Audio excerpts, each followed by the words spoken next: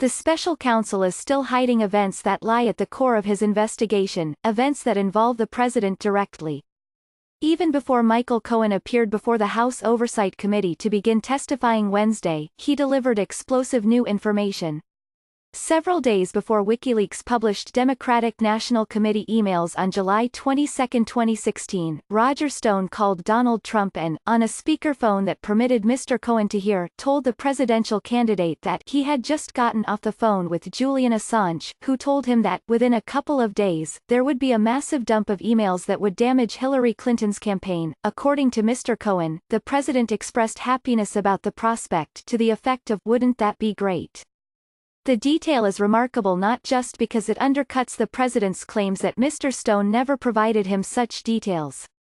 It's also a testament to how much critical information the special counsel, Robert Mueller, has kept hidden even in the most provocative of his speaking indictments. Even after months of investigation and voluminous indictments and sentencing memos, he's still hiding events that lie at the core of his investigative mandate, events that involve the president directly. With virtually every charging document in the Russia investigation, Mr. Mueller's team has provided far more detail than necessary and, in the process, sketched out the framework of what the investigators found. The description of the lies of a former campaign advisor, George Papadopoulos, disclosed that the campaign first learned Russians were planning to dump emails from Mrs. Clinton in April 2016, before the Democrats figured out they had been hacked. Even as Russians were dangling those emails, another filing from Mr. Mueller shows other Russians were pitching a ridiculously lucrative real estate deal that depended on the involvement of President Vladimir Putin. Indeed, that same filing revealed that Mr. Cohen took steps to travel to St. Petersburg, possibly to meet with Mr. Putin, around the same time that Donald Trump Jr. met with Russians asking for sanctions relief. Mr. Mueller's description of Michael Flynn's lies explained how Mr. Flynn persuaded the Russians to hold off on any response to President Barack Obama's imposition of sanctions in retaliation for Russia's election interference.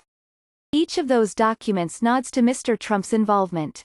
The document charging Mr. Papadopoulos, the foreign policy advisor, describes how he announced he was trying to set up a meeting between Mr. Trump and Mr. Putin.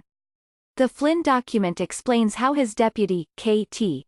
McFarland, closely orchestrated what Mr. Flynn would say in his calls with Russia's ambassador at a time Ms. McFarland was reported to be at the president's Mar-a-Lago resort. Mr. Cohen's charging document even describes the president himself as Individual 1, the kind of language often used to describe co-conspirators. But Mr. Stone's heads up to Mr. Trump, and his enthusiastic response, went unmentioned in the indictment filed in January. Certainly, the fact that Mr. Stone informed Mr. Trump of the forthcoming WikiLeaks email dump is consistent with an oblique line in his indictment.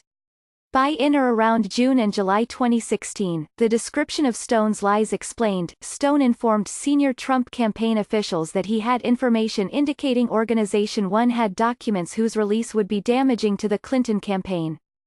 But that line didn't disclose the most important bits of Mr. Cohen's revelation, that among the senior Trump campaign officials with whom Mr. Stone had discussed WikiLeaks' forthcoming dumps was the candidate himself. Nor does it disclose the timing of this particular disclosure, which Mr. Cohen in his testimony recalled happened on July 18 or 19. That's significant not just because Mr. Stone predicted the timing of the release, just days away, as he would later predict details of the release of John Podesta's emails.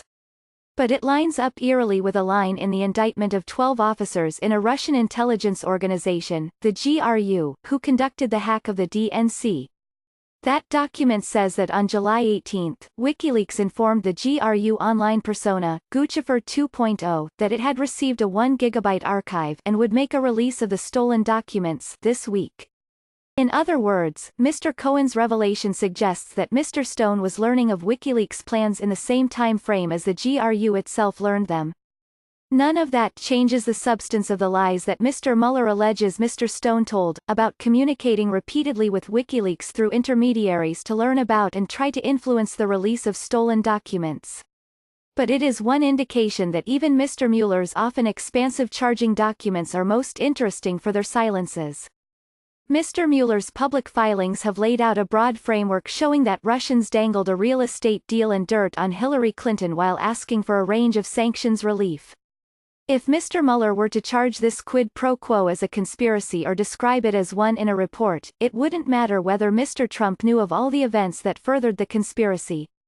Because of the way conspiracy law works, it's enough to show that Mr. Trump willingly entered into the conspiracy and took overt acts to pursue its objectives. As Mr. Cohen's testimony illustrates, Mr. Mueller has been hiding examples where Mr. Trump did applaud the conspiracy. "Wouldn't that be great?" he reportedly said just before the fruits of Russia's theft would start to do real damage to Democratic fortunes. If Mr. Mueller is hiding similar examples, it suggests that whatever he plans to release in a report may have some unanticipated bombshells. Marcy Wheeler, at EmptyWheel, writes about national security at the website EmptyWheel.